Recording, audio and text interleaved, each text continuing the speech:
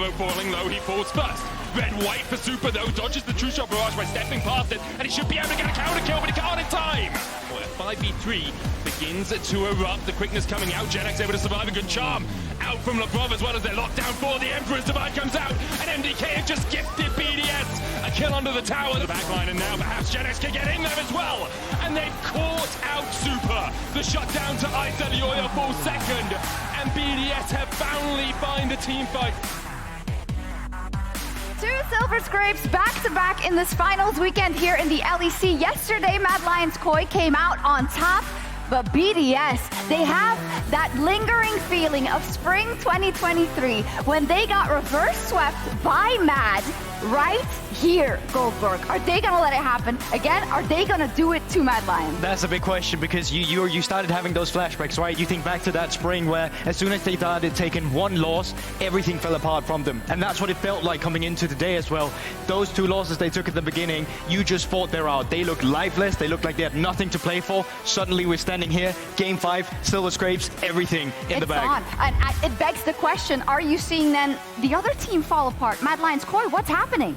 Well, they're definitely making a lot more mistakes than we saw from them in the first 2 games, and I think it's a mix of them falling apart a little bit, not being as focused, but also BDS changing up their style, getting more comfort drafts, and just overall being more proactive. Yeah, and this just begs to answer, is it just MDK going away from what made them good? Because even now in this dive that they had on top lane, it's just the draft doesn't really help them, right? They're just opting for something so much more different than they've found success with.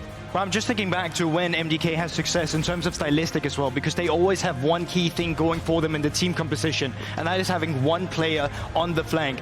Either we see Myrwn on an Akali on the Gwen that finds a way back into the enemy carries, or we see Fresskowy on the Gragas. But in the last compositions we've seen, it's only been Supa who has agency, that has to shred through an entire team fight or an entire front line, and we just don't see that in the team fight. So lately now for MDK in the fights, they need a secondary carry, and if they don't find it, they're just going to fall flat. I'm also super excited to see which side they're going to pick. I don't know yet. Maybe we'll hear it. But I mentioned that reverse sweep earlier, and because we talked to Ibai on the side of MDK earlier, Laure is standing by with very special guests on the side of BDS.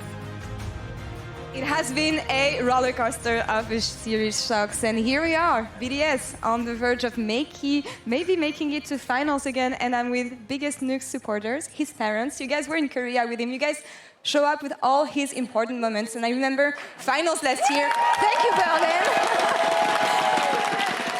Finals last year, how heartbroken Nuke was backstage, and you were here cheering him up. How strong, how far has he come, and how strong is he mentally now to take it to the end?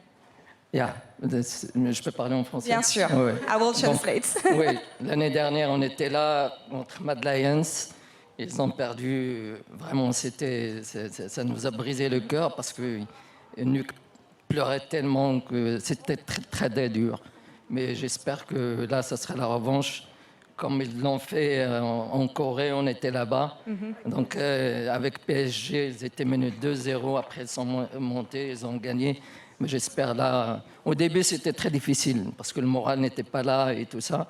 Mais là, je crois qu'ils ont pris le poil de la bête. Et je pense qu'on va gagner, il n'y a pas de souci. It was heartbreaking seeing them last year, really. And being here in Korea, cheering him up and seeing him overcome so many difficulties, I think they grabbed the momentum now, and I think they're going to take it to the end and reach finals. And actually, it's not only Nuke's parents here. All the parents are here for BDS's side. I have Sheo's parents as well.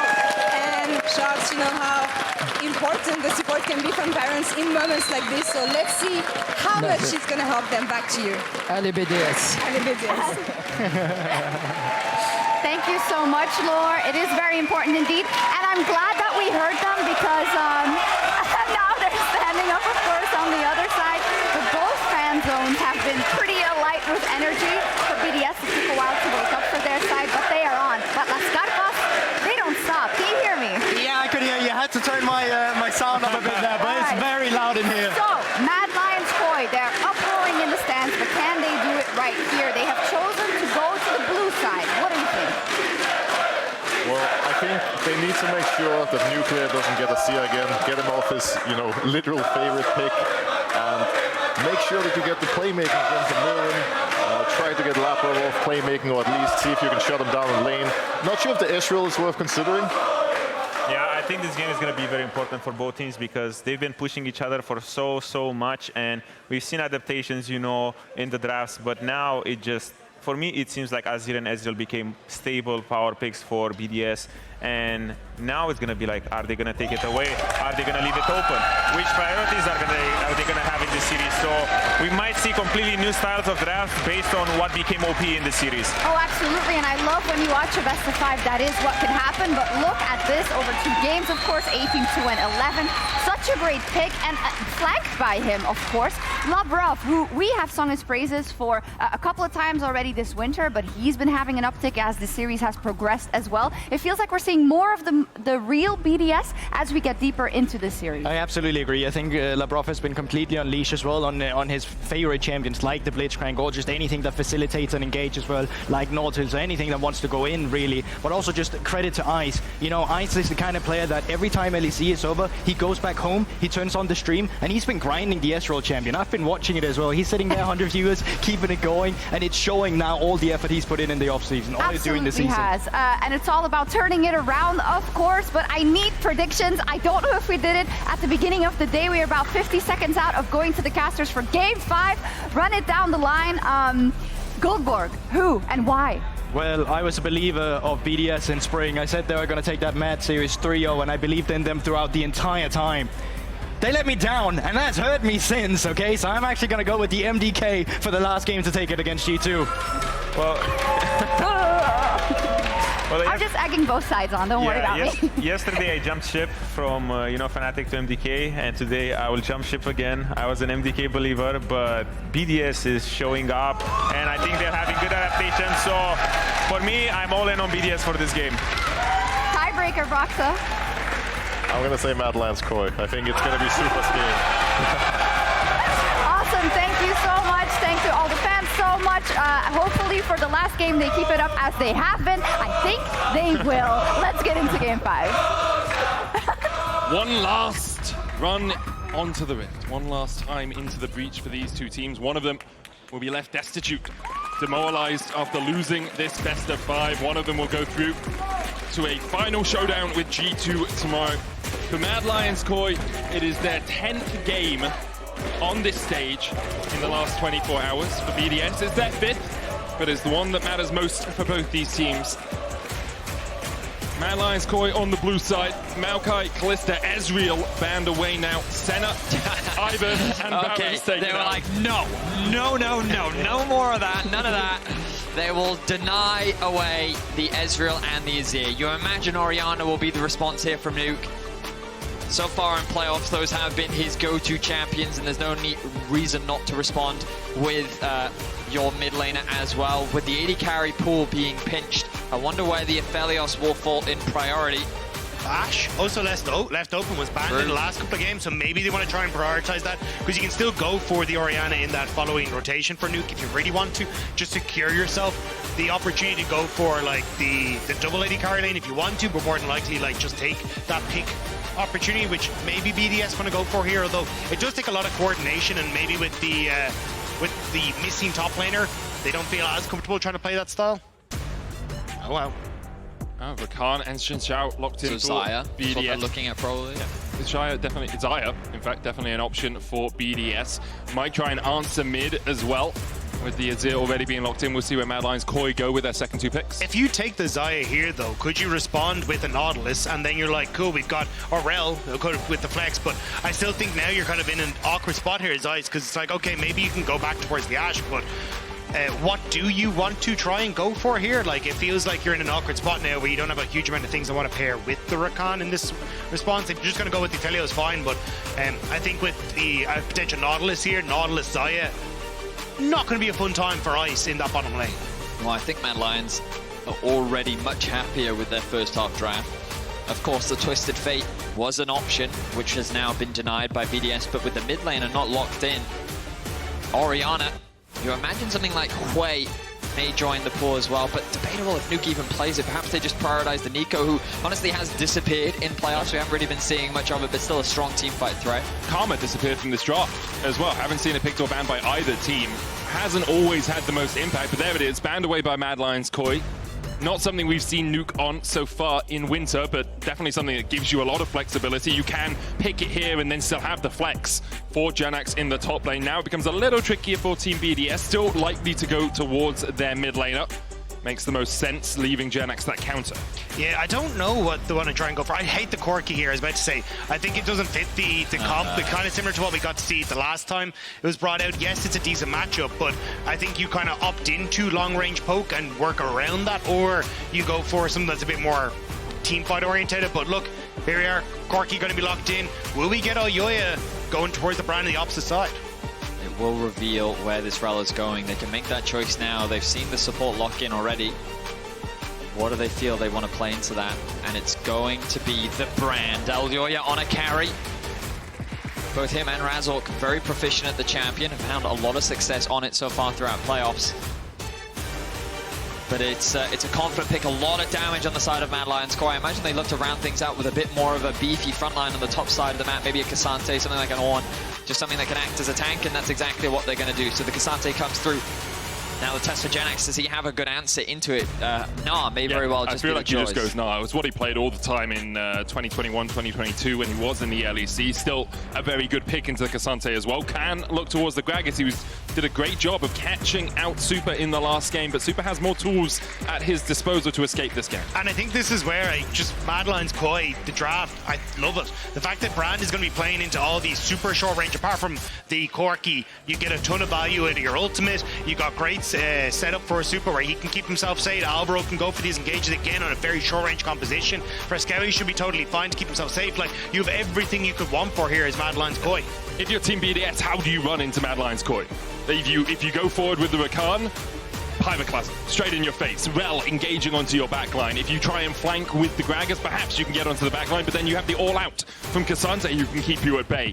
It becomes very tricky for Team BDS to ever access the backline. However, a good cask, a good package can split up the fight and allow you those more skirmish-heavy team fights rather than a pure front-to-back. It's very hard, it feels like, to find that though, because you've got like push on bot for Supa, who should be able to play very aggressively with the Rell in this bottom side of the map. Fresskowy should have decent push in the early stages here as well, so Elyoya can play around bot side to actually bait onto Sheo, keep Sheo in check, and then once you fall behind with the Zhao, skirmishing becomes that much more difficult. So BDS going to have their work cut out for them here in Game 5. As the crowd makes themselves known, we take to the Rift one last time. The penultimate series of the LEC Winter Split going to the final game. Both the teams on stage preparing themselves physically, mentally to tackle the game once again, and perhaps they need a moment more to prepare as we have a pause to kick us off. Yeah, Mad Lions Koi have been part of 10 games, so have we, Medic. Yep. What do you mean? I'm fresh as a daisy. I was just on holiday, so I'm good. I've got stuff in the tank, and I'm not casting tomorrow, so True. I can just go all out just this once. Nothing personal, kid, but it's going to be a fun cast. When we have more information, of course, we will share it with the I'll give you viewers. more information. We're going to get back into the game. In 3, 2, 1. Producers, please just pause it. Pause it. Come on, you guys, you could have done it. Look, we're back into I was like 3 seconds too late. So you should have counted from 6 seconds then. I should have. Also, I don't think those were seconds. They were like probably 0.7 of a second. Anyway, stakes are quite important. To remind everyone, G2 is playing tomorrow in the finals. There's that. But on top of that, the winner of Winter guarantees you a spot at MSI. It does. 2 spots are available. Now, let's say, hypothetically, G2 win Winter, and then G2 also win in... Spring. I don't know that, but like there's circumstances and points and stuff. Yes, I think it's a champion. I don't know why I felt so confident speaking about that. When I realized the second that I said it, I actually don't know exactly what happened. I'll say with full confidence, but I'm not sure. Yeah. The team with the highest championship points gets the 2nd seed. Right? So if you place... And you're in a good shot. 2nd and then 3rd, it's pretty good. Obviously, Spring championship points worth ever so slightly more than Winter Championship points. In fact, you just get more of them, so we're not going to have like 2 people at 120 points and then one team gets it because they were higher in spring. But anyway. My point is that qualifying for the finals is really important, and then winning is even more important. Good one, there's a lot Vedi. on the line for both these teams. That's the TLDR. You set that one up well. Did I? I feel like that's end it well, but the setup was really good. 10 casts of English well. That's what that is. Anyway, as we often do, we look at the early jungle pathing. Both of these junglers starting on the top side of the map. Let's see what Elyoya decides to do. Started on the blue, moving towards the Raptors. Will it be something like an early red buff into potential bot side gank? Will he be looking for an invade himself? As Sheo looking to do a full side clear on the top side of his jungle. And Nuke has done better than the last time he played Corki this series. He hasn't tanked the tower shot at level 2. Helpful. It's going to cost him a bit in the lane. We see Elyoya going for the ability haste in runes tech that you can do on Brand. You start with the Pillar of Flame, and then you hit your Seer, your Q, well, you Q first. 4 seconds later, you use your W, and then your Q will be back off cooldown in time to get the passive off. Not going to do it. Thank you, Elyoya. He did it on the Wolves. It's true. Yeah, anyway, that's how you do it. Helps you clear just a little bit quicker because of that passive. You need 3 spells to proc it, and you only have 2, obviously, at level 2. Leaving the Raptors up. Ward has been dropped, but no information given. Very similar pathing to what we saw Sheo do.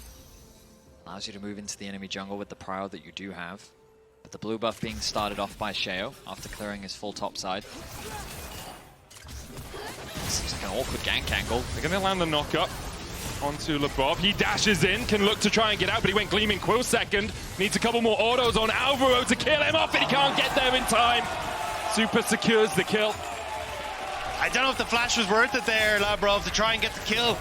Especially since he didn't even manage to pick that one up. And, I mean, Elyoya doesn't even get the assist, but definitely a big fan of watching that play for Madeline's Koi in the bot lane. I will say that I understand what he's doing though, right? He realizes the brand is behind him. He flashes in thinking, hey, if I can trade 1-for-1, especially if I can get first blood, it's better than nothing. But he just didn't quite have the damage. The Q from Supa just coming back up in time to secure that kill means that Madeline's Koi get themselves first blood.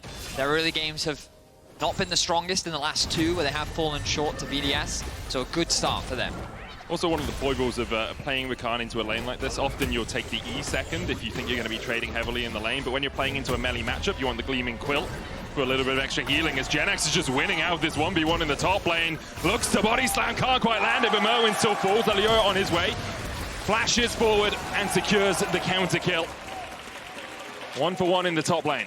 A little bit of a fumble, but at least Elyoya is there to scrap that one back up. So a big kill going over to the Brand means that he's going to be in a good spot now to start to get himself rolling as well. Huge credit to Jenax, though, obviously put in a very awkward position, having to come in as a sub last minute. The team talking about how they didn't have a huge amount of scrims, and here in Game 5, you can see that he's playing with full confidence. Myrwn has had a great playoff so far, but Jenax recognizing the strengths of his champion, plays within his means, sets up for the barrel. A single auto attack is all he needs. He procs the W, flashes out of the way of the potential knockback, and then he's able to get that kill. But at this point, he's used everything that he's got. He will get the flash out from Elyoya as well, but 2 summoners traded in exchange for 1, along with getting himself a kill. Jenax should be pretty happy with that. There's a slight gold lead in that top lane. Haunting Guy already complete for Elyoya, though. Brand so quick at jungling, but also very powerful if you can get towards 2 items. It's very hard to deal with in teamfights with that Pyroclasm dancing around through the fight. A slight gold lead for MDK early on here. Is hovering. Hovering down towards this bottom side. Flash, stun, crash, down and crash goes Labrov. Elyoya with his 2nd kill of the game. He didn't stand a chance. There was just nothing there. The second Alvaro flash for punishing Labrov, using that flash in that last engage. And now Madeline's Koi should be able to get the dragon. Sheo is in the vicinity. Labrov a little bit away. I don't know how aggressive I want to look. Maybe he just sneaks into mid instead. Fresskowy has the Emperor's Divide, just hit level 6. Nuke not yet at that level 6. Hits in now, Fresskowy going forward, needs to try and flash away from this. Can try and trade back onto Nuke, doesn't flash the knock up, and Fresskowy holds on to his summoner, but falls for it in the mid lane. Dragon taken by MDK. Ice left to his own devices with Supa down towards this bottom side. Supa still has the flash, doesn't land the root. Ice changes to red-white and steps back towards the fight. Doesn't go for it. Myrwn, no flash. Fresskowy should have recognized that Labrov would be making his way out towards the mid lane. We often see it from supports after their first base. One grub will be secured, but here comes Elyoya. Looks like that he... Oh, no, I stand corrected. He does want to go for that. The reset's already come through from Nuke. No TP available to him. They should have numbers advantage after Fresskowy makes his way back into mid lane, and Sheo's going to have to concede this. So, first Dragon, 2 grubs. Elyoya off to a very strong start on this brand. And takes him so quickly. Oh! He almost got it where the second shield doesn't proc, where you just take them both immediately because you kill them at exactly the same time. Didn't quite, but still takes them very quickly as he gets over the 45 CS mark. Sheo's still in the spot side though. Labrov is trying to see if he can bait Alvaro to use some spells, but not going to be the case. Instead, Supa and Alvaro are going to back away, but this is basically where Mad Lions Koi have always been comfortable. When Elyoya is able to dictate the pace of the game, when Elyoya gets an early lead for himself, that's where Mad Lion Koi has been most deadly. And on a brand, and we already highlighted how strong he can be in this composition. That is a very worrying point for BDS, especially if you start to look towards the opportunity to play around Alvaro again in this bottom side. See if you can find picks on towards Ice, onto Labrov, look towards Dragons. Take these fights in and away from BDS. Myrwn doing a good job of keeping Jenax at bay. The wave will be frozen. Just outside this tower, another wave coming to bolster it on BDS's side. Jenax should be able to push it in, but it's going to take him a little bit longer than you would have liked, and Elyoya is on his way. There's a ward in that pixel bush for Jenax. Myrwn lands the Intofus. Jenax no flash, pulled back with the all-out into the stun, into the pillar of flame, and he's burned to a crisp by MDK. Elyoya is everywhere. I mean, his laners are just setting it up, and he's just knocking it down, right? He shows up, lands the stun, gets the damage, and finds himself at 3-0-0. Mad Lions Koi feeling very confident with how things are going. And that's got to be amazing for Mad Lions Koi. I mean, it feels like this split has been a huge amount of tests for Mad Lions Koi. Coming into the LEC with 4 rookies, how does it go? Great success. Passed the test with flying colours, but now Game 5 in the upper bracket lower final. Another test to see can they pass it. And so far, I mean, they're acing this. This looks fantastic. And Elyoya kind of taking the master of ceremonies into his own hands and saying, look, we're going to present this across. We want to make sure we're still playing tomorrow as well, lads. Yesterday, in Game 5 against Fnatic, Elyoya almost cost them the game. Yep. Overstepped on the Vi, conceded a round to Fnatic. They almost snowballed with the rest of it. He even said after the game, "Thank you so much, team. I love you, team." Yeah. He's like, what was the second half of that one? He was enthusiastic about the support that he had for his team, and you know he wants to make a redemption for himself today. This brand is looking strong. We'll see how much of an impact he can have in the fights that are soon to come. Jenax made a roam over to mid. You can see Labrov on his way as well. Elyoya here to cover, and so is Alvaro. Sheo up towards the top side of Elyoya, and Alvaro stepping forward. When becomes lightning. Dodge to the side. Jenax walks over a control ward as he steps his way back up towards the top lane. It's something MDK have actually done incredibly well throughout the course of this series. Getting deep vision into the BDS jungle. We saw it a lot in the Game 4, actually. Is what allowed them to find those picks, to find those catches. And they are doing it consistently. Elyoya, though, is on a ward right now. It doesn't really matter as he's just looking for the Scuttle Crab. Sheo will go across towards his blue. Bot lane pushing in for BDS means that Alvaro has to come down here to help out his AD carry. Feather Storm available for Supa, though. And with Elyoya waiting in the wings, Ice and Labrov will just retreat. Level 6 now ticked over for Alvaro.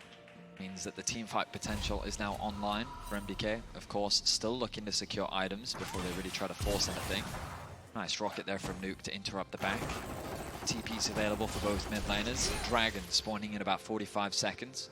Fresskowy, I imagine, would love to go back to base, spend what gold he can ahead of this Dragon. But I debate whether or not there'll actually be a fight here. Medic, you mentioned it so far in this series, the second Dragon is often where MDK love to fight. But they took the first one. So whether they haven't taken a single first Drake so far. Whether they'll fight, I doubt, as Elyoya parts up towards the top side. There is still 30 seconds. Elyoya can work his way back towards the bottom lane, has that magical footwear, enchanted with a little bit of extra swiftness. Do tours of the jungle through the eras as the all-out comes out from Myrwn. Jenax has the explosive cast, has to flash. Elyoya looking for this top lane now. Dash back in Tofu, smash back, but Jenax misses the body. And in the end, it's a solo bolo for Myrwn. No flash, and with Myrwn not being able to tank that means that he's able to just about escape away. Elyoya is once again kind of there for moral support. Sheo will respond with the Dragon, but it'll again be the Void Grubs going over towards Mad Lions Koi. It's been the trade all game, but this one with a kill on top is going to be sweet for MDK. Great start for Jenax, but now finds himself 1 and 3. While the Dragon will be lost, MDK securing themselves another 5 grubs. course, I forgot the one was secured earlier by Sheo. Top side of the map is looking very good for MDK, and Supa's not really at risk at losing anything. Catches that wave. Sure, this bot wave can be pushed in, but they're actually rotating them up towards mid. Okay, they've decided against that, and they're moving them back towards bot, realizing where Sheo is. They spotted him on a ward. And now Brand is moving back out onto the map to offer support to the bot side. I was going to say, I feel like it's so hard to dive Supa and Alvaro anyway once they're underneath the tower. Like, Supa being able to go with Flash, having that ult, then Alvaro even just the interrupt to his own ult, making it very difficult to get out of tower. So I think they were waiting for Brand to get down there, but still, he's able to pick up the wave. And now you're just in a position where there's not much you can do here on this bot side, although maybe a catch. Alvaro looks for Ice, has the cleanse, has the flash, still stunned up. Labrov going in with the quickness, the feather storm, and Supa walks into them, but Supa begins to open up. Ice ticking, dodges away from Labrov, but he'll still die to the burn. Elyoya secures the kill. Labrov trying to get the hell out of there. BDS are able to retreat, but they lose their AD carry and both of his summoners. Well, Leandri's doing work there for Elyoya. Sheo hovering around the bot side TP. Supa has nothing, but he does have his teammates to support. They look for Elyoya, the bounty sitting on his shoulders. He lands the pillar of flame, but Jenax comes in, and Nuke is given none as the double goes over to Jenax. Myrwn TP'd into the bot lane to help out Supa as well.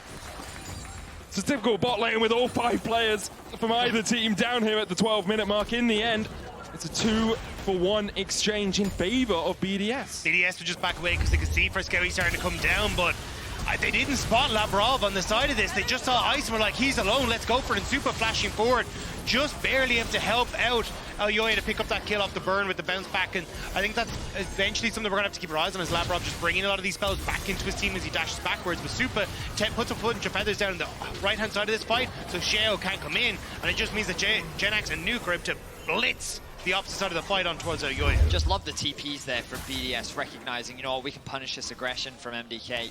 And I think it would have been better for them to funnel that 1,000 gold into Nuke, but yeah, I think they thought that too. Yeah, they'll take the kills. They'll be happy with that. Jenax is definitely not going to be as weak as he was earlier. Obviously, a huge gold injection. Getting that shut down onto Elyoya is a big, big benefit for BDS, showing that they're definitely still a horse in this race. As even though MDK find themselves with a moderate gold lead for now, with the Herald spawning in about 5 seconds, we'll see who gets the objective first. It's looking like MDK. Importantly, neither of the AD carries have their flashes, nor does Elyoya, who might actually be the key target for BDS if they want to start a fight. Jenax no TP, he's down towards the bottom side, so is Myrwn. Labrov trying to get in from the side here, has that quickness, has a flash of his own. BDS beginning to collapse. Labrov spotted on a control ward. Alvaro's going to hex flash across the wall as Sheo dashes forward. The Rift Arrow down to 1,000, secured by Elyoya. Alvaro down, taken out by Ice. Myrwn trying to get away from the top side of this fight. Might be chased down by Jenax, but really it's only the Cassante. You don't want to invest your resources in catching him out. The eye not picked up by MDK. Alvaro accidentally gave Sheo away into the pit. The wind becomes lightning, has already hit onto him, so Sheo just hops over the wall, doesn't have to invest a flash, and because BDS were all coming from that top side after pushing it down, it means that Mad Lions quite have to get out of dodge and they can't pick up any of the objectives. So even though they got the Rift Herald, no eye, and the kill for BDS is a big win for BDS. Credit to the fans, keeping that energy alive. The players definitely feel it in what is a very high stakes game. 15 minutes in, we're approaching the 3rd dragon spawn. With the Herald being denied, BDS are happy with the kill that they were able to grab. First items being completed for both sides. It's going to be exciting to see how these teams execute on these fights. We talked about it in draft, how we kind of favored inherently MDK, what they drafted for themselves. Brand and Xayah love it when champions come into them. But you've also got to remember that Zhao, his ultimate, can do a lot to mitigate that Brand ultimate too. Gragas can use his ulti to create great distractions or chaos in the fight with the amount of disruptions and displacement that he has. And then Labrov, we saw him find some fantastic re-engages in the previous game. His flanks and his ability to get onto the backline could be a huge determining factor in how easily BDS can dish out the damage that they need to. Ice is very separated from the team here, though. Supa able to push in, and now Madeline's Koi realizing that are going to step in and get a ton of vision down. Sheo and Labrov are the only ones here. They may even just look for the dive on boss. I feel like BDS are kind of giving up the Dragon by just having Jenax in the top lane. His TP is only just coming off cooldown. The Crescent Guard used as well. BDS should just back away from this entirely now. You've lost the Crescent Guard. You've been forced out of your jungle. Give up the Drake. You get a tier 1 in the top lane. As soon as you had Jenax staying up there by himself while Myrwn was actually pushing out bot, really you were giving up the Ghost on the Dragon anyway. Any more investment is over-investment from BDS. Yeah, I think, look, using the Crescent Guard isn't the end of the world. I think Sheo was trying to move down to make sure there was no dive follow-up on towards Nuke in that bot side, but they're still hovering around here. I think this is a little bit dangerous from Nuke sticking around this bot side, because they could still look for a potential play. Like, Fresskowy is shoving out that top side, and with the wave being cleared out, maybe they could have looked for something, but they're going to just back away. So still, second Dragon over towards Madeline's Koi, and for BDS, it still feels like they need to find some way to make proactive plays, and they just haven't quite found that opportunity yet. With the summoners back up for Supa, makes him a lot less of a susceptible target. Nuke building up towards the Malignance has already completed his Mana Mune. That's almost at a Myrwn Mana as well. Will be fully stacked in just a little while. Labrov here with Sheo. They clear out the jungle, something we've seen so many times as Sheo just short on that sweeper. Couldn't quite find the wall that Labrov walked over. Mid lane prio, the name of the game for both the teams. And Elyoya and Supa able to claim it. Obviously having Elyoya's wave clear as well as the wave clear of an AD carry, making it much easier for MDK to gain control of prio. We're seeing a split map, though. MDK are quicker on the trigger up towards this top side. That's why you see Jenax back away. Myrwn hasn't quite backed away yet. Feels a little bit more comfortable on the K'Sante, but and the wave being cleared out means that it's MDK pick up the win on the map play, and everyone in BDS is just backing away. They're not able to respond in the cross map. A smart play by MDK. Clear out the mid wave. You know there's a while before the next wave comes in. You have 30 seconds, so then you push up towards that top side. Make sure that Jenax either dies or has to respect the fact that you're on your way, and you get the tower out of it. Fresskowy pushing through it. Myrwn as well with the Kainic Ruka, and obviously helps against the Corki because a lot of his damage is magic damage. So he can itemize into both Jenax and Nuke with that single item. Kainic Ruka just very powerful in the right hands right now. And Elyoya gets over to 2 items himself.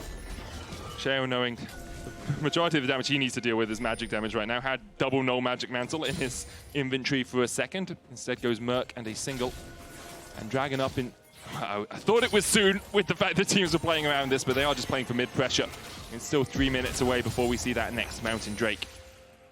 It does always feel that when Alvaro and Elyoya step in, Labrov and Sheo are always willing to give them the initial ground. They're always they're stepping 2 yards back and saying, okay, you guys can come in this far, and then we'll clear it out when you back away. And a lot of that is because Supa's winning the mid push, so every time Ice is collecting a wave under Terra, so Supa's always going to be the first in rotation, so that's why BDS have to step back. They have to respect the numbers advantage that they have, and this is giving the vision control that they need. And now with Ice on reset, the next wave could be the moment that MDK just try and take this mid lane tower for themselves. But losing that Rift Herald earlier on has definitely slowed down the pace of the game, because it makes it very difficult for Madeline's Koi to crack open this mid lane turn and start to play more around those invade opportunities. I wonder if that's why BDS brought Jenax across here. He'd already pushed in top wave, so then he comes across knowing that Ice wants to reset. He can then hold the wave in mid, allowing them to clear that out if MDK had invested more resources into trying to take this mid tower. Now he and Labrov will push into this bot side, try and clear out the vision once again. It is all on their own side of the map. Not a single red ward past the halfway mark of the map right now as the all-seeing eye opens her way onto Summoner's Rift. All-seeing Baron it is, yeah. Yeah. Okay, I'm sorry, that was a very 10 games of casting for me there. Sheo will aggro it. Elyoya will take a chunk of damage. Has already finished that Vitalize, as we mentioned earlier. Nuke opening up on that bot lane tower. Should be able to take it. Take a breath, we'll take a second, 20 minutes in. The gold is very even.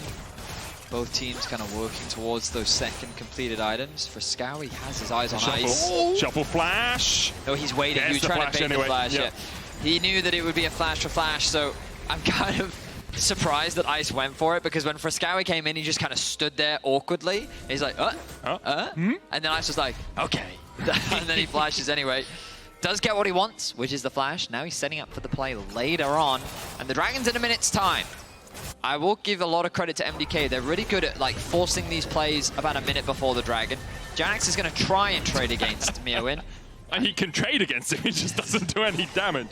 That is correct. Jenax went Crypt Bloom second as well to try and get through some of that magic resist. Obviously gives you 30% magic pen and that big heal if you manage to get a takedown. It's a kill or an assist. Ice going to get the blue for his team. Is he going to be gifted this Gromp as well? They're investing everything into getting Ice this IE before the Dragon fight. He's got the BF sword and the Cloak of Agility. Will he have enough gold? Maybe off this next wave. 10 seconds, though, on the Drake. Maybe just doesn't want to reset. MDK setting up towards the top side. A little bit of vision here for BDS. It does feel very much like the next fight can be game-deciding. I don't think it will end the game, but it can definitely sway the game heavily in one of these teams' favors. Nuke's going to start up the Dragon. He's got the package, so he can make his way across here very quickly. He continues on it.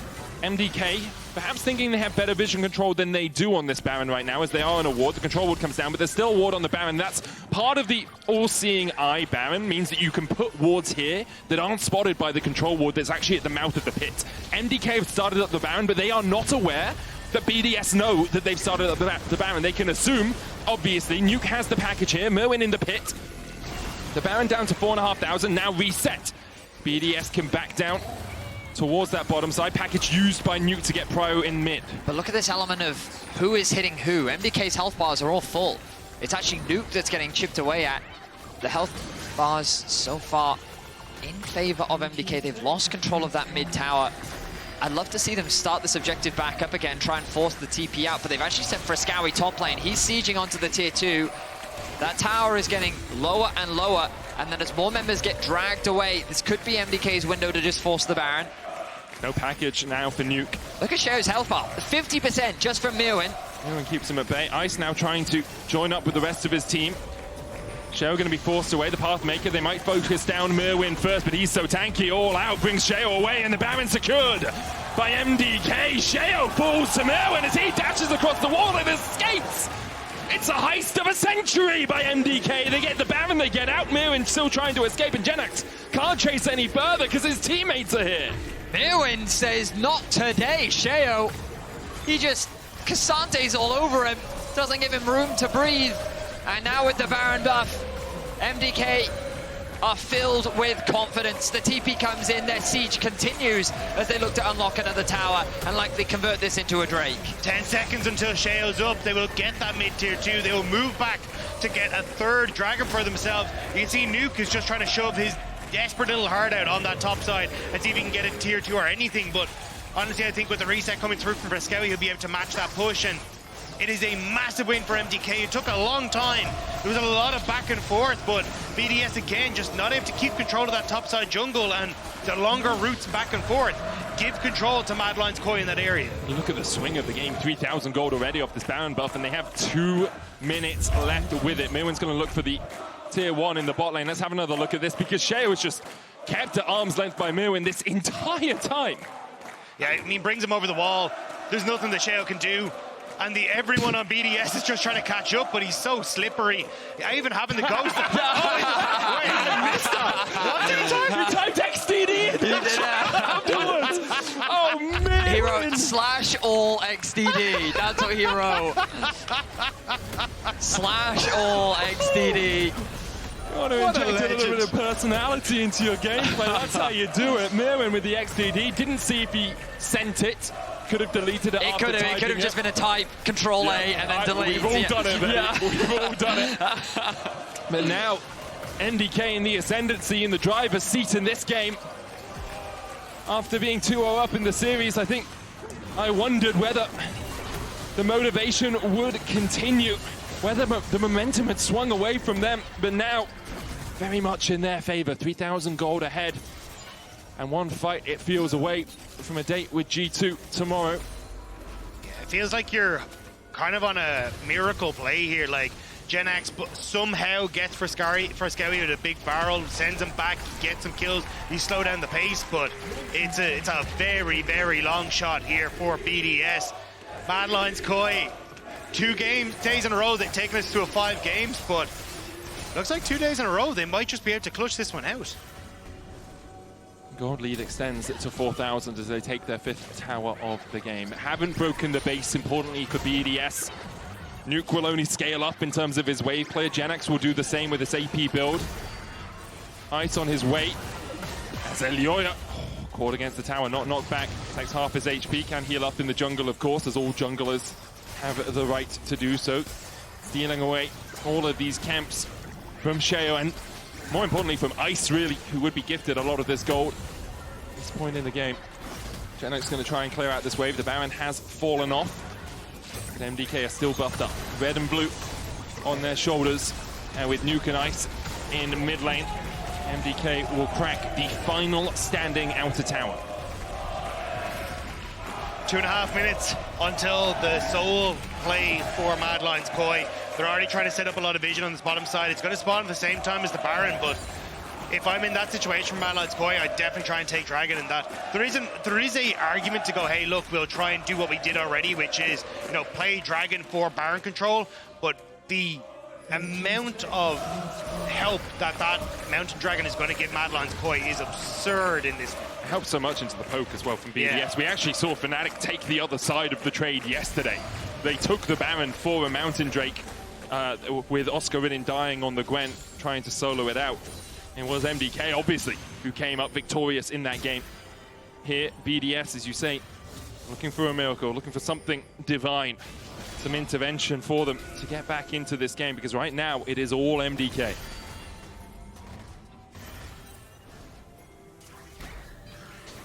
The wave slowly being pushed in by MDK. Top is in their favor.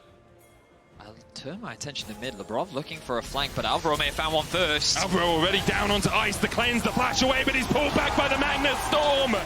And it's magnetic for finals for MDK. They find 2 off it.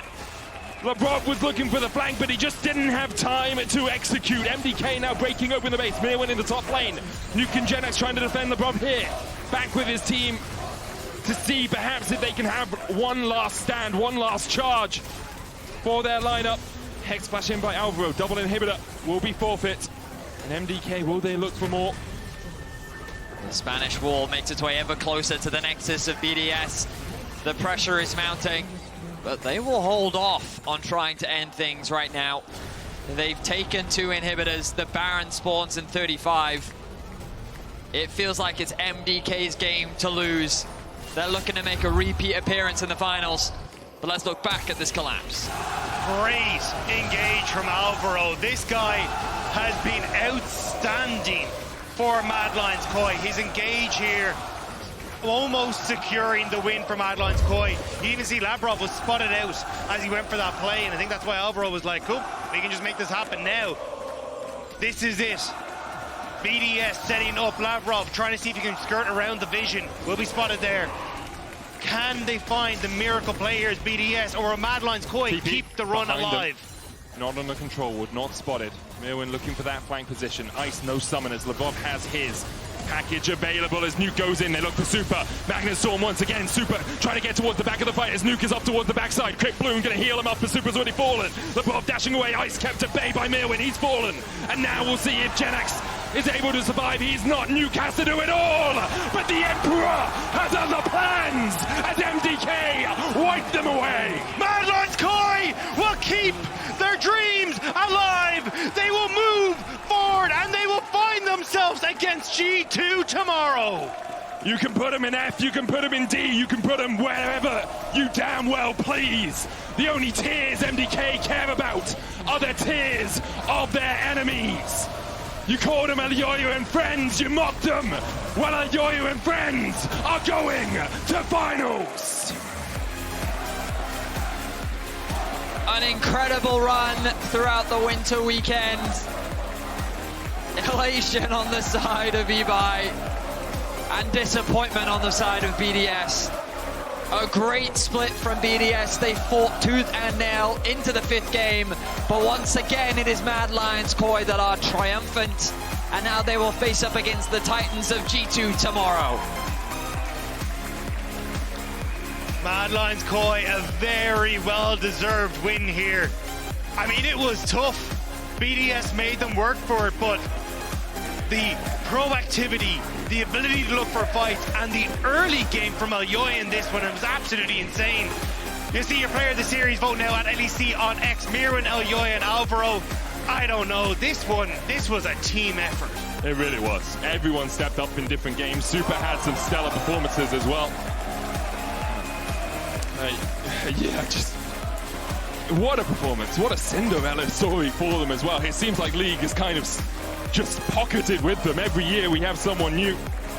I mean, it's just a great demonstration of the ERL talent that exists in Europe, right? Every year people talk about the potential of these rookies, and sometimes we don't always get to see it flourish. Sometimes they're not always in the right environment. They need to adjust into a different team. They need a little bit more experience on the LEC stage. But these guys, they came on and they did what rookie teams in the past have done. You talked about it. It wasn't until 2016 Splice that we saw a team of rookies make it all the way to the final.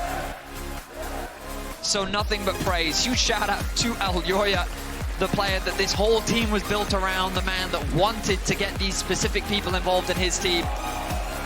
And they have achieved something that no one expected them to do.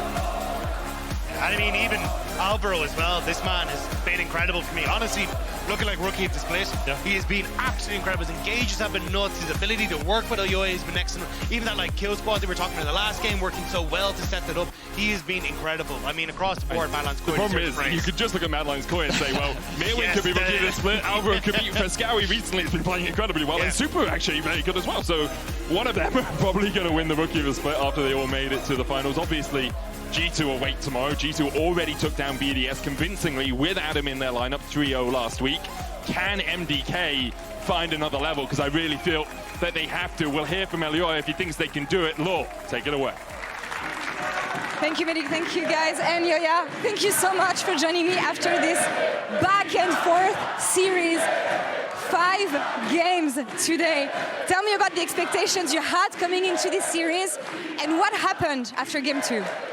Yeah, I mean, first I would like if we can calm a bit so we can hear. I appreciate it a lot, but yeah, thank you guys. We're gonna give you your moments after. Yeah, after promise. we will give you the moment. Yeah, thank you. So, can you repeat the question, sorry? It is fine. Just tell me the mental state you were in coming in today, knowing that Adam was not gonna be playing, that they heavily relied on him. Yeah. And what happened after game 2, turnaround, and them coming back? Yeah, it felt a bit bad that they weren't on their full roster, let's say, because obviously they are going to be a stronger team when Adam is on the roster. But I would say that the games that we won, in my opinion, it wouldn't have mattered. At the end, you never know, and maybe this is a wrong take, but that's how I see it right now. And after game 3, I feel like we relaxed a bit, because the first 2 games we were really in control, we were doing things well, and we thought that we were better than we actually were. And we got Corki. All right. Yeah, it almost backfired. And I think it's interesting because what I keep on hearing from Madline's Koi since the beginning is we go with the flow. In game, in draft and everything. Maybe taking a more cautious approach now. What is going to be the learnings from this series so that it doesn't backfire till the point you lose the series in the end? I think the learning from this series is the learning from every day pretty much is that we are our biggest enemy. When we play to our best, to our strengths, I think there is no rival in LEC that can match us. But the problem is when we don't, anyone can match us, so yeah. Looking ahead at tomorrow's finals, I think it's quite poetic in the sense that you won your first title and Rookie of the Split in your first split, Elyoya. Tomorrow, you're going to take this bunch of youngsters, as we don't say rookies here, to the very first final. I want to know, what is your drive? Beyond the game, beyond winning, what is your drive for tomorrow's finals? What is going to be the goal? I mean, I would say tomorrow is a really important date because this team, to me, it's more than a team. It feels like it's my project in a way. Like I'm surrounded by the people I like. I'm playing with the guys that are my best friends. I'm playing for people that I really like, as it's Ibai, Kanekro, Reven, Skane, all of them that are here. So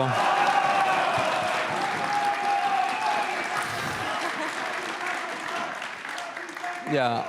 Also, I've been having so much support from the Spanish fans since the start of my career. So this is kind of my way to give them back what I've been receiving. So for me tomorrow, it's an opportunity to give back what I've been receiving all of these years, and it's a really important date. Hope you can take it all the way for the team, for the family, Elyoya. last words maybe. We told you that you were going to have some time to address your fans. This is the time now. Anything you want to say to Ibai, the entire team, and the fans who've been chanting for you all weekend long and who will be here tomorrow as well? Yeah, I mean, what I want to say is that thank you for coming here. Like, it's the first time in LEC that it feels like it's so exciting to play LEC. Like, we are playing for a crowd. We are playing for more than just a team. So this feels really nice, the fact that we are winning and you guys are here. And I just want to appreciate not only you, I want to appreciate the co-streamers also, and I want to appreciate every fan in any team that is coming to the arena to support. It's really nice. It has been an amazing start of the season, and it's also thanks to you guys and what you've been doing on stage. Yeah, thank you so much for the interview, and good luck tomorrow in finals against G2. And fans, we have the bot lane ready for PGL if you want to gather in the fan area. And Sjokz, back to you for PGL.